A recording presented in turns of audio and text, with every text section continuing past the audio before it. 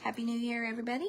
Welcome to Weeds and Wisdom, Episode 1, January 11th, 2024. All right, well, I'm just going to get started, and we're going to go for 45 minutes, hour, however long. I've got some cool things to talk to you about tonight. Those of you that, sorry, my hand is in the way. Hang on. There. Now, better?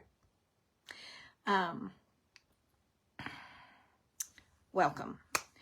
I am now living in Alpena, Arkansas, and I've been up here now for about a year and a half. Loving it. We're getting ready for some brutal weather, so I'm glad we're doing this tonight because tomorrow might be a different story. Tonight we're going to talk about a really nice little herb that I don't know if very many of you have heard about or know about, but it's one of my favorites, and somebody guessed it correctly when I posted it on Facebook earlier in the week, I guess it was. It looks a lot like comfrey as far as the leaves and stuff go, but it's a very different herb, and it's very usable. So before we get started with that, I'll give you a little bit of background on me for those of you that might not know me. I am a master herbalist. Crooked House Herbals has been alive now and in business for 12 years. We just had our birthday. And I do consultations. I grow my own herbs, and I have developed my own product line, my own formulas. I am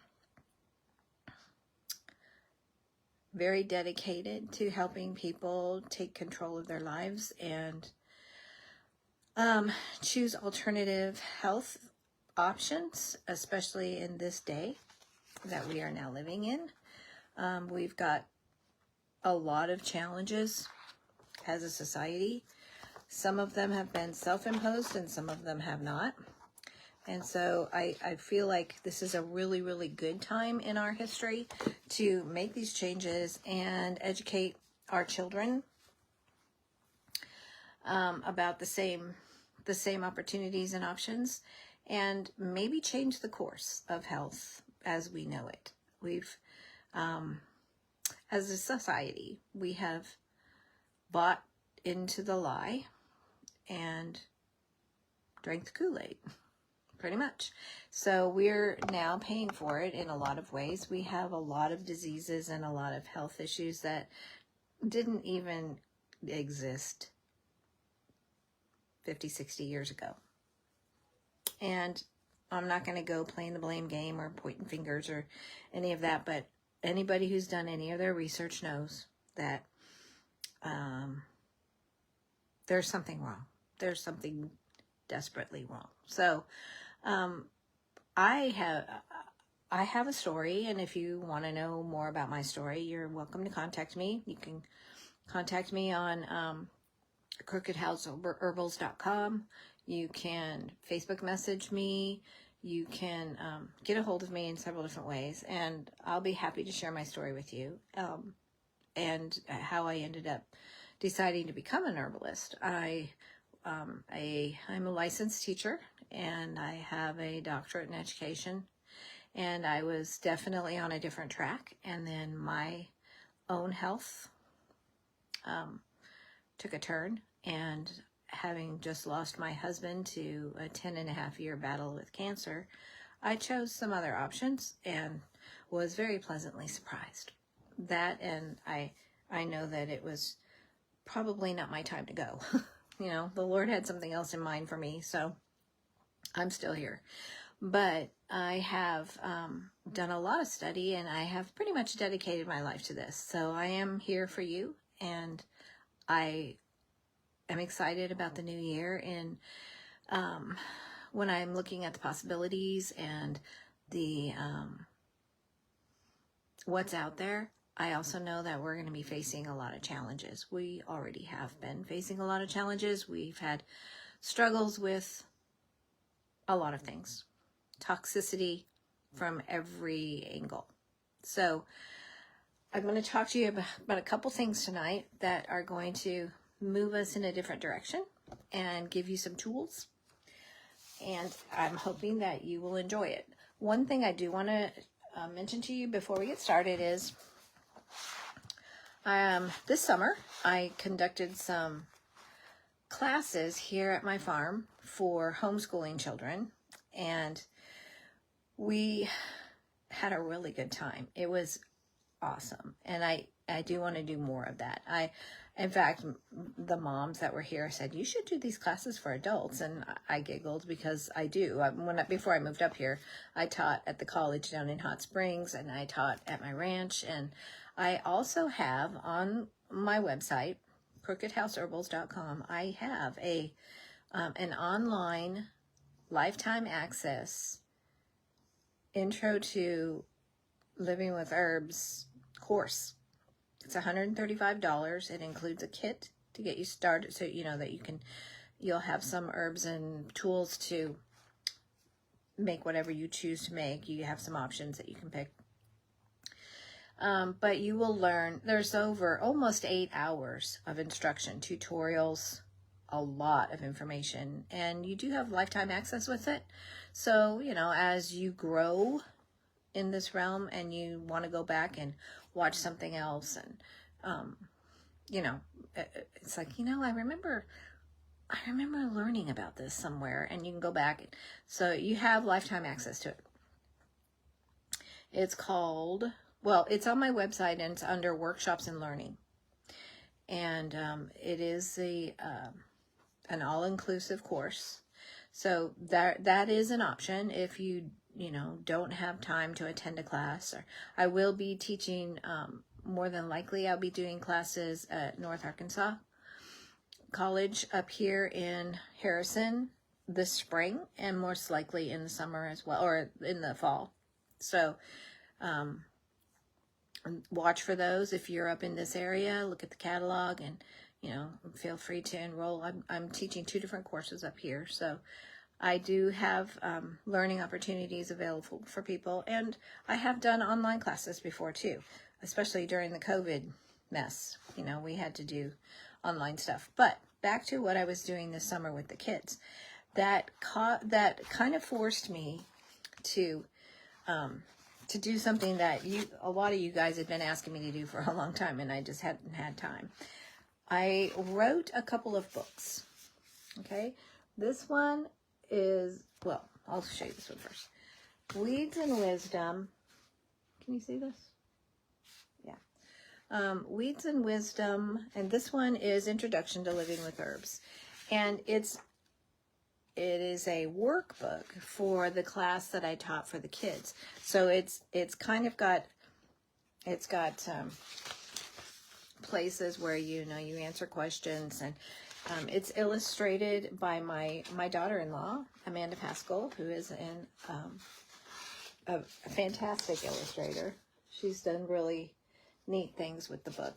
But this one is Introduction to Living with Herbs. This is a good basic handbook. It's a good resource. It's on Amazon. This one is Weeds and Wisdom 2. This is Create Your Own First Aid Kit. This is the other course that I did here with the kids. And it also is chock full of information, and we went through the whole course was learning how to identify the herbs and what they do, and making your own first aid kit. So those are available on Amazon. If anybody, if you're interested in having some local resources, they're there. Okay, let's get started with our herb of the week, which is Elecampane. Elecampane is a pretty little herb. It looks, like I said, the leaves, I'm going to read to you a little bit of the description.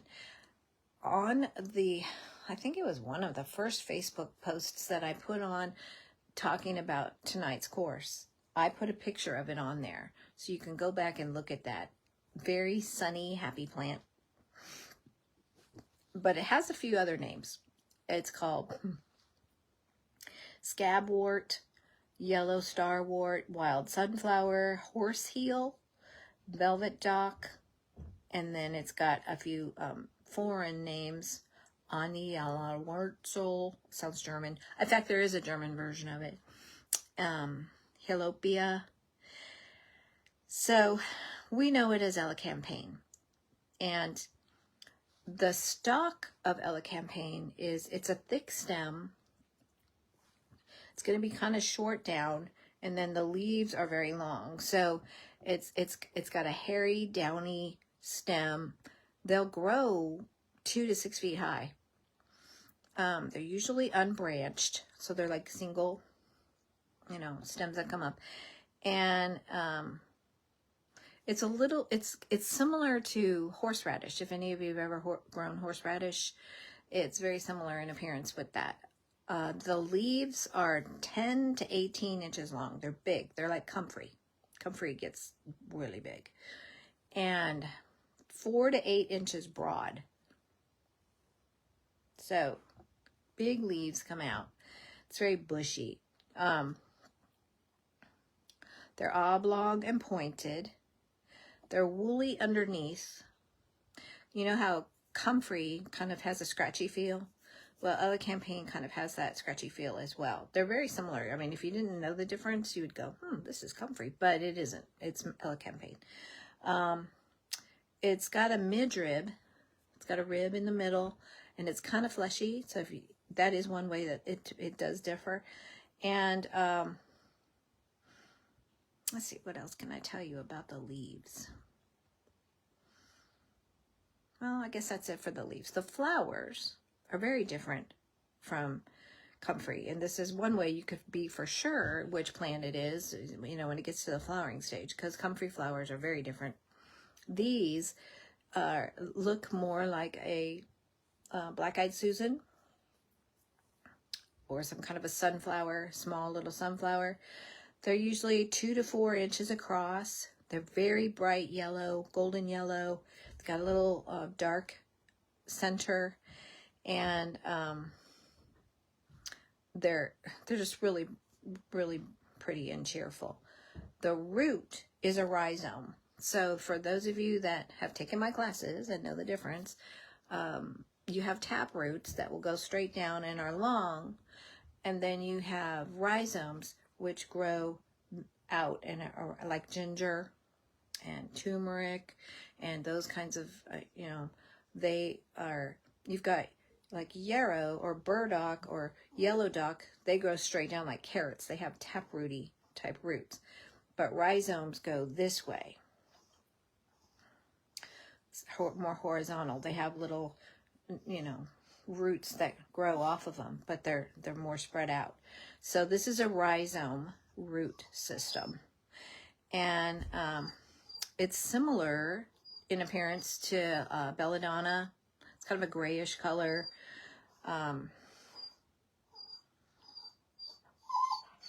It's hard. It's pretty hard up to about 3 inches or so, and then they kind of spread out a little bit. It's about 1 inch thick usually, and it's wrinkly. It gets little buds on it, so it's a rhizome root system. The taste is very pungent. It's very astringent. It's acidy, and the odor is very aromatic. Almost smells like camphor. Kind of has a camphor smell. So the parts of Elecampane that you're going to use will be the roots, and you can use some of the leaves, but where you're going to get most of your powerful medicinal properties is in the root. Fortunately, it has a lot of roots.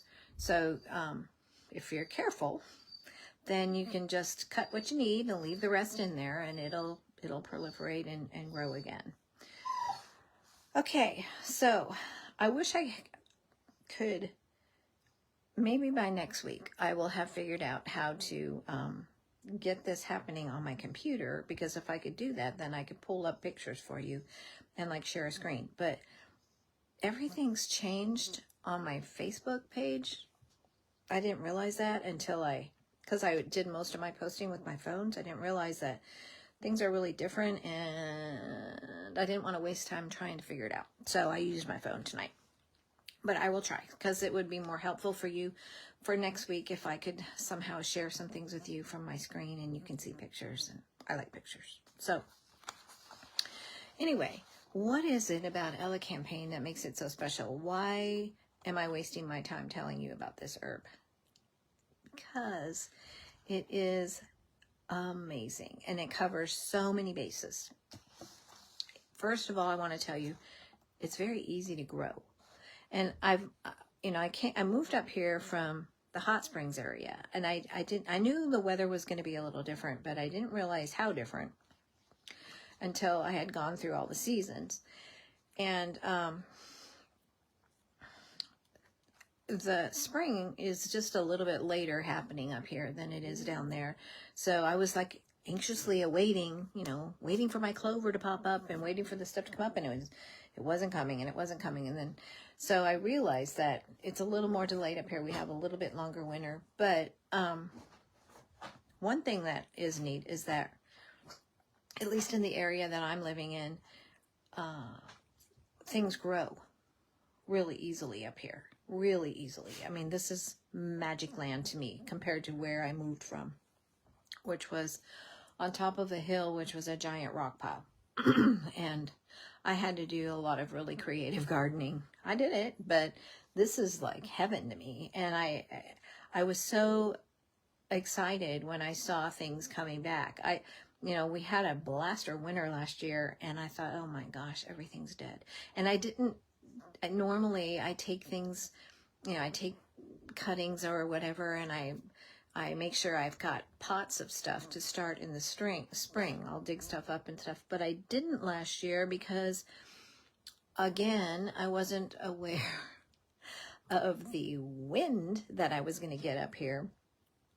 And I lost 3 greenhouses before I finally figured out how to do it. And now I literally have this steel cage of a greenhouse because the wind is vicious up here. And so, I'm learning. But even though I wasn't able to take the cuttings and do the things I normally do, after it started to warm up, I noticed that my stuff was coming back.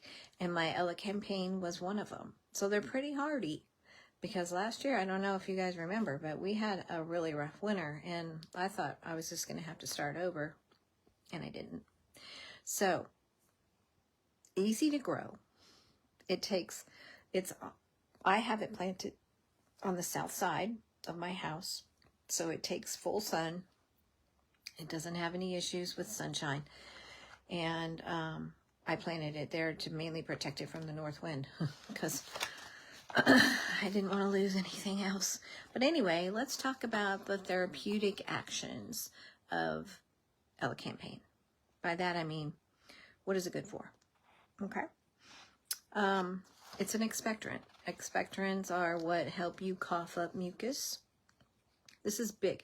Okay, now, one of the reasons that I chose this herb for right now is that I don't know about you guys, but there is a lot of this mucusy respiratory stuff going around, and everybody is coughing and choking and losing their voice and filled with mucus and really struggling. And so I figured this would be a good herb to let you know about, because even if you wanted to at this juncture, I know you can't grow it right now, but you could probably order some, or I can give you a couple of good resources for organic natural herbs that you could maybe get your hands on some if you wanted to experiment with Elecampane, if you're sharing the respiratory stuff, or if you've got any of these other issues. Expectorant, diaphoretic. For those of you that have taken my classes, you know what diaphoretics are. They make you sweat. So essentially, it's helping your body detox. It also helps to lower fevers in that way. It's tonic. It's a diuretic. It's an alterative. It's an antiseptic. It's astringent. It's a gentle stimulant.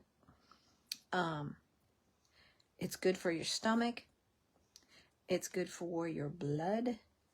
It's an antispasmodic. It's an anti-asthmatic.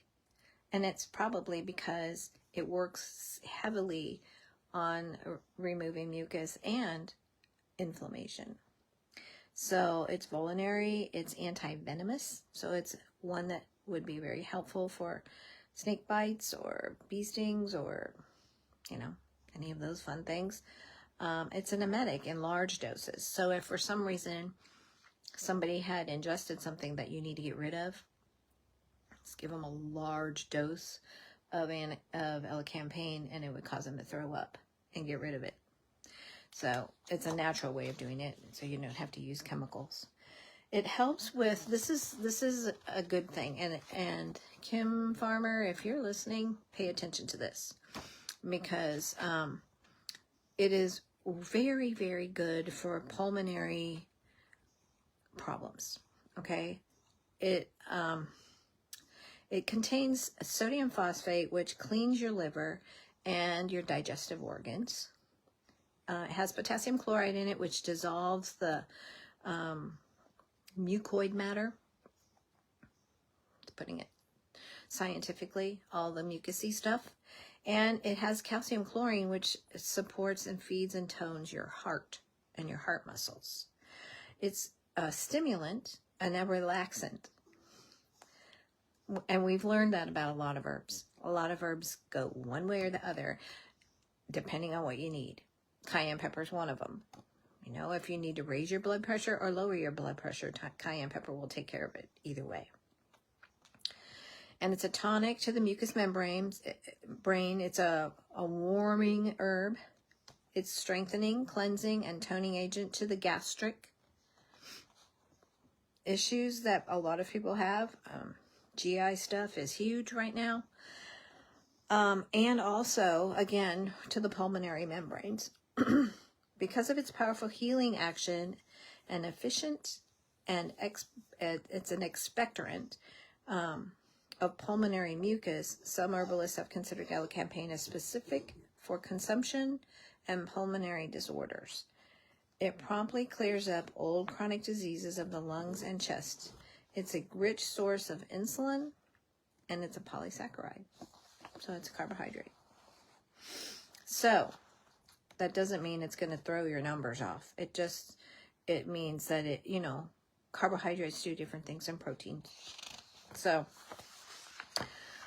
medicinally, it addresses asthma, coughing, bronchitis, all pulmonary complaints, all of them, dyspepsia,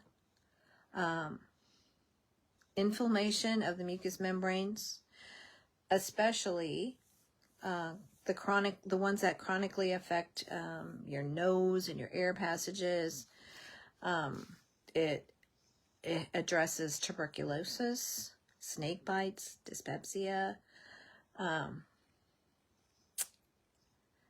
shortness of breath, wheezing, cystitis, skin diseases, inflammation, all forms of inflammation, whether it's internal or external, putrid sores and cankers,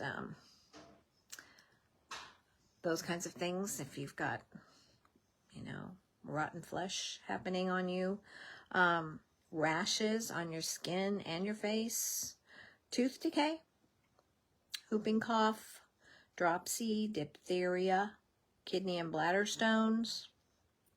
I'm telling you guys, this is a really fascinating and wonderful little herb. Retention of urine, delayed menstruation,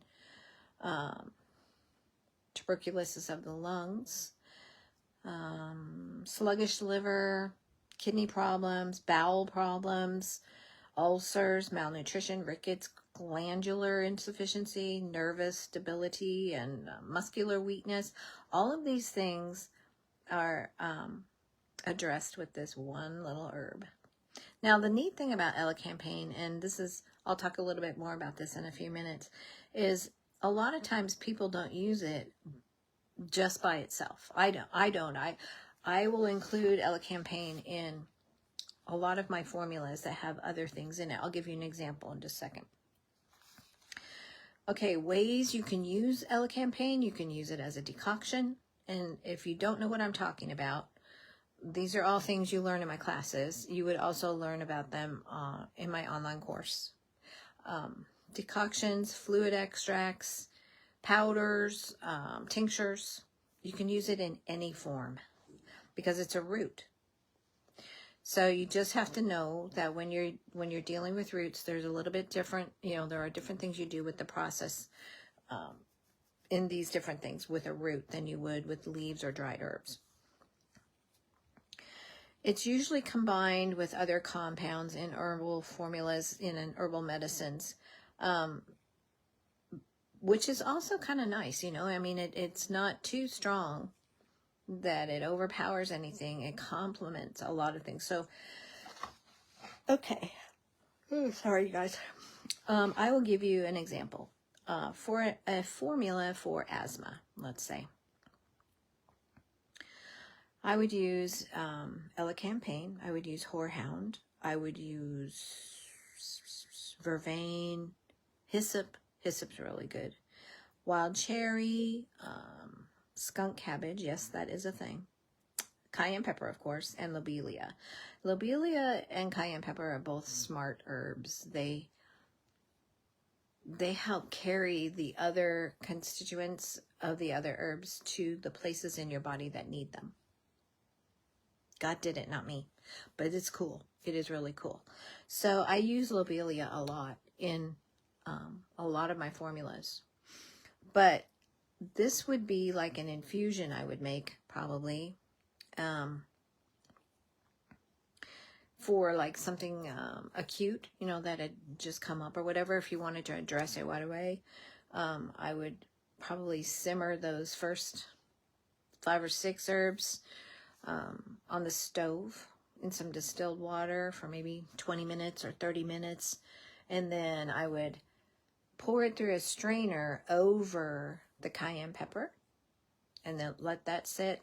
Maybe put it in a double boiler and just let it, for 10 or 15 minutes, let it sit on top of the boiling water.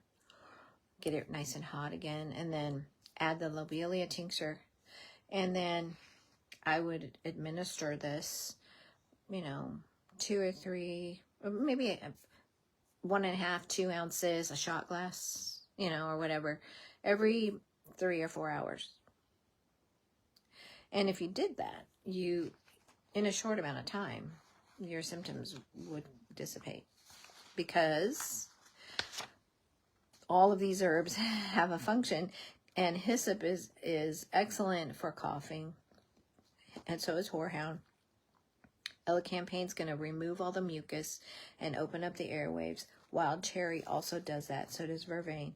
Cayenne pepper is going to get your blood moving where it needs to go, and lobelia, of course, is your transit herb that moves things around. So that's what that's kind of the way I would use it.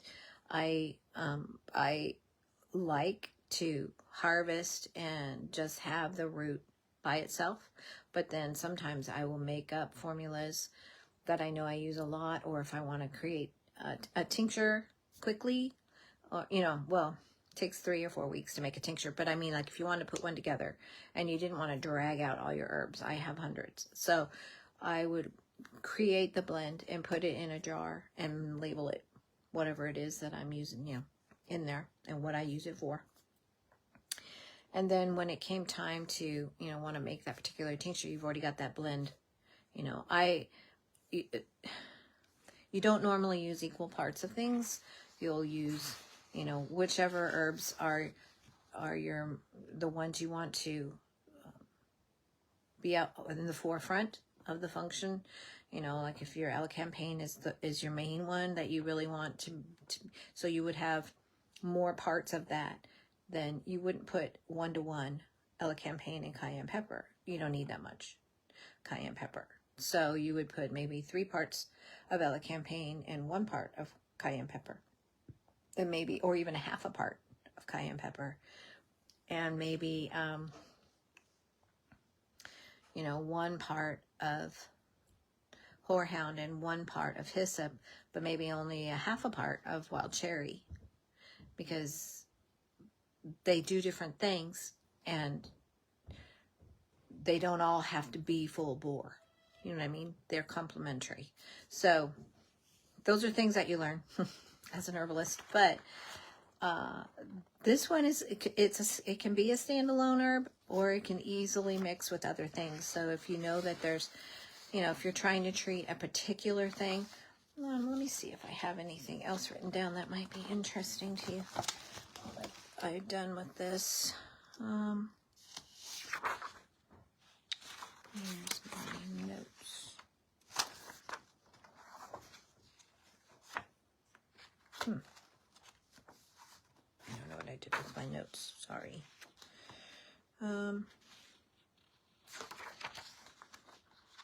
So I mentioned that it was very good for, it's good for, okay, the reason that I said that if you have heart issues, this is something that you should consider, because it is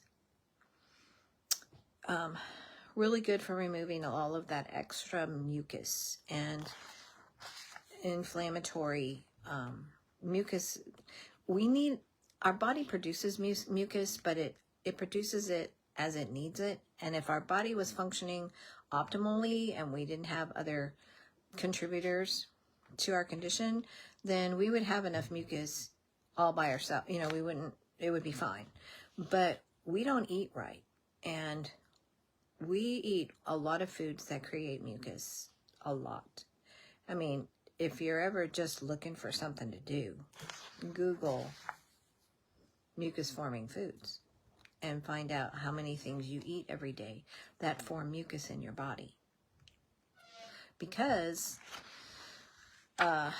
you're adding to what your body already does. Your body is already producing mucus. It already has its built-in, lubrication system, which is your mucus.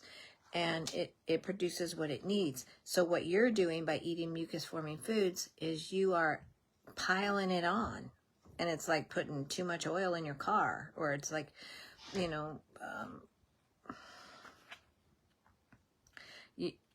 what happens is if you end up with too much mucus in your body, we always think of mucus as making you have a stuffy nose and junk running down your throat or whatever, which, is a good sign that you've got a mucus thing going on. But what's happening on a larger scale is it is sticking to everything, and it's increasing your inflammation level. And we know that all diseases, I'm sorry, but all of your diseases, your arthritis and your fibromyalgia and your, lupus and all of these other diseases that everybody wears like a badge these days, rheumatoid arthritis, all those things, they're all inflammatory diseases. And think about it. We didn't even have this stuff 50 years ago. If we did, it was rare. And it was probably just coming. So it's not something that happened. I mean, we did have grandmas that had a little arthritic finger or whatever, something like that.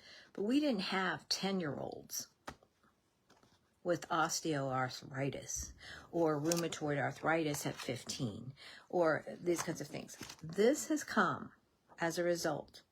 I'm not going to be real popular here, but it's okay. As a result of diet and vaccinations and just total upside down eating.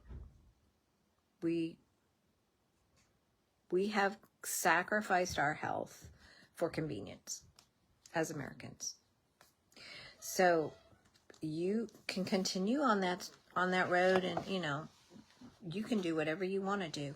But if you're tired of it, and you're the whole pharmaceutical circus, you go to the doctor, you get a prescription, and then you got to have another one to offset the side effects from this one, and da-da-da-da. And if you're over it and you're ready to, take your life back, It requires a serious commitment and a willingness to change a lot of things, starting with your diet and starting with the water you drink. Drink distilled water. If you have arthritis especially, you should be drinking steam distilled water. I have a countertop distiller. I distill all my water. Apple cider vinegar. A tablespoon of it in some water in the morning does wonders for your system right off the bat.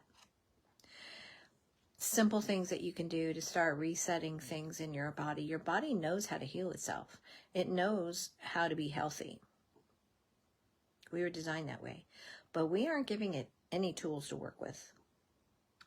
If you're going through the drive-thru on your way home from work every night, or if you're feeding your kids chicken nuggets whenever they want them, and if you're running down to, to grab every vaccine coming down the pike, you might want to do some homework. You might want to do a little bit of research. I'll be happy to give you more information if you want it. I am not going to shove it down your throat. It's totally your decision. But I will tell you this. If you don't make some changes, then you're pretty much, you're on a road that's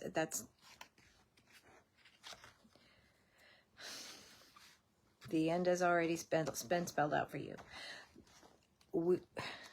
We are bombarded with hurtful things for our bodies. We don't have to do them. We are sometimes guilted into it. We're sometimes pressured to and think that we have to, but we don't have to. You can say no. When I found out that I had cancer, I was at the doctor's office and she was writing out the list of all of the oncologists and giving me my choice. And I said, "You've got to be kidding me." And she said, "Why?" And I said, "You've seen what I've gone through with my husband for 10.5 years. I am not doing that." I chose a natural protocol. I detoxed my body. Seriously. And in 6 months, I was completely cancer-free. And I've never had an issue since. So, it's real. And you don't have to be afraid to be alive. That's my motto. You don't have to. But you do have to say no to things that are toxic. Because a lot of our food is designed to be addictive. It's got a lot of sugar in it. It's got a lot of salt in it. It's got a lot of things in it that just make us crave it. And it is addictive. You literally have to break the addiction. You have to step back and eat clean. And stay away from mucus-forming foods. Stay away from chemical-laden foods. And if you need help doing that, get a hold of me. I'll be happy to help you. I promise. I'll help you. Some other things that Elecampane, other combinations if you're interested. One for bronchitis. 1 part Elecampane, 1 part comfrey root, 1 part horehound, 1 part wild cherry, and 1 part spikenard, which is one of those fun little spring herbs that comes up in the spring. Use dried herbs for this one, and you can use like a heaping teaspoon and steep it for like 30 minutes. So you're going to make a tea with this, like an infusion, and sweeten with a little bit of honey and drink it. Bronchitis. Okay, now that you know what Elecampane does, the rest of these herbs also have, medicinal properties, and they also have their own function. So, coughs, asthma, bronchitis, tuberculosis with severe hemorrhage. There's a formula for that. Let's see, what else is there that...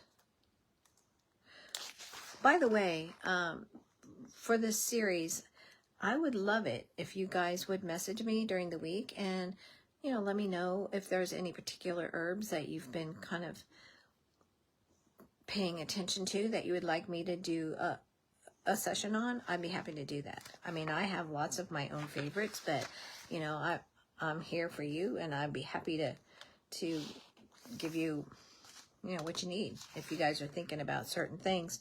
Wild cherry is also a really nice herb. The only thing is that you use the bark on that one, and it's an inner bark, so it's kind of a tricky harvest, but totally doable. Same with, you know, oak bark or any of those. You have to get the inner bark, so you take the, you know, the outer layer off, and you use the inner bark, and of course you wouldn't scalp the tree. You would just do a section. Cough, consumption, bronchitis, nervous excitement, gastritis. I love the way herbs are, and I love the fact that they are so awesome the way God's made them, because there's no side effects with herbs. And the reason there isn't is because you use the whole herb. Most pharmaceuticals are are herbal based. They come from herbs, but what they've done is they've figured out, like with foxglove, foxglove has a component that is really good for heart attacks. And so what they did is they extract that one component, and that's what they made digitalis out of. And digitalis has some serious side effects if you take too much, because they've taken the one component, they've taken it out of the whole herb, and they've concentrated it. So now you got a problem if you mess with it, if you do the wrong thing with it. Whereas if you just took the whole herb, it already has its checks and balances in it, so you don't have a side effect issue. Now, you don't want to go like chowing down on hemlock, because that'll kill you. But, you know, some herbs are toxic. But I'm saying herbs that we know aren't, that have really powerful medicinal properties, you want to use the whole herb, though. You don't want to extract and mess with it, because then you are creating the potential for side effects, and you've lost the balance of the herb. Okay, so Elecampane, if you've got any questions, feel free to message me. Seriously, I mean, anything that I can do to help you, I want to help you. Okay, so there's something else I want to talk to you about, and I've been getting a lot of people asking me about this, so I just did a little search. I did a little bit of homework on it, and I'm just going to put it out there, okay? You guys can continue with your own research on this and figure out for yourself what you want to think about it and what you want to do. I personally am experimenting. I never recommend anything to anybody that I haven't already tried and done. Never will I say, oh, you should do this, if I haven't done it. So today I started using this particular thing. I'll let you know next week if I've noticed any difference, or, you know, if I have had any effects at all. I'll keep you updated. But what I want to talk to you about is borax. Now, there's been a whole lot of talk lately, and a whole lot of posting I've seen on social media and here and there and everywhere about borax. And I'm thinking, like, the stuff I have in my laundry room, borax, okay? I have this stuff, all right? So I'm thinking, okay, what about it? Now, borax contains boron, okay? It's a combination of boron and, let me see if I can find where I wrote this down. It's three things. It's boron and oxygen and sodium, salt, okay? And oxygen and boron. Now, boron is a chemical. You know, it's fine. It's safe. It's nothing weird. But boric acid is created from the mixture of borax with other natural occurring minerals such as boracite and colomanite. Now, here's what the claims are with borax. it says boron is an element, which we know. It's got, it's like Na2B4O7, whatever. Okay, it's a chemical element. Boron has been consumed through the years for menstrual cramps and used like for yeast infections, okay, for vaginally for yeast infections and that kind of thing. It seems to affect the way the body handles other minerals like calcium and magnesium and phosphorus. So it seems to also, the studies and the things that I've looked at, like I said, I haven't spent weeks and weeks on this. I've just spent a day. So if any of you guys have done any more research on it, let me know. But it seems to increase estrogen levels, especially like postmenopause. Okay, so boric acid also is a common form of boron, kills yeast that cause vaginal infections, and works as an antioxidant. Now, what I thought was really interesting here is, like I said, because it handles, it assists your body in handling like calcium and magnesium and phosphorus, right? So things like osteoarthritis, osteoporosis, those kinds of things could actually be affected, in a positive way with borax or boron.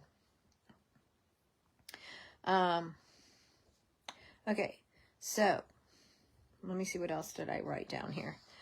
Does it help balance hormones? Boron's anti-inflammatory, antioxidant, hormone balancing, and mineral metabolism properties make it a vital part of improving fertility in all females, but especially females over the age of 40. So, I decided I'm going to play around with it. I don't have major hormone issues or anything, but I'm probably a good candidate because of that. I'll see if it does anything weird to me.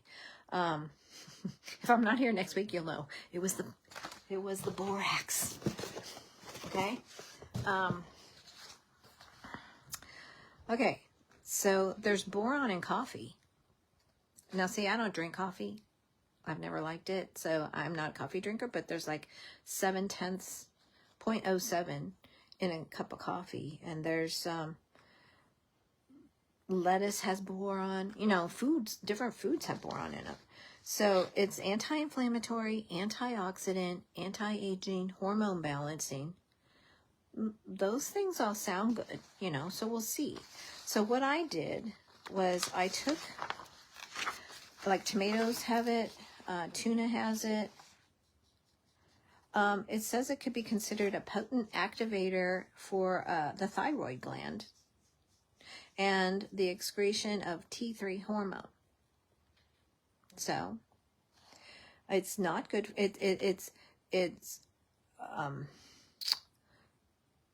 Boron is a naturally occurring trace element that protects the liver and supports its development. In particular, dietary B intake positively affects liver metabolism and reduces the incidence of liver damage during early lactation.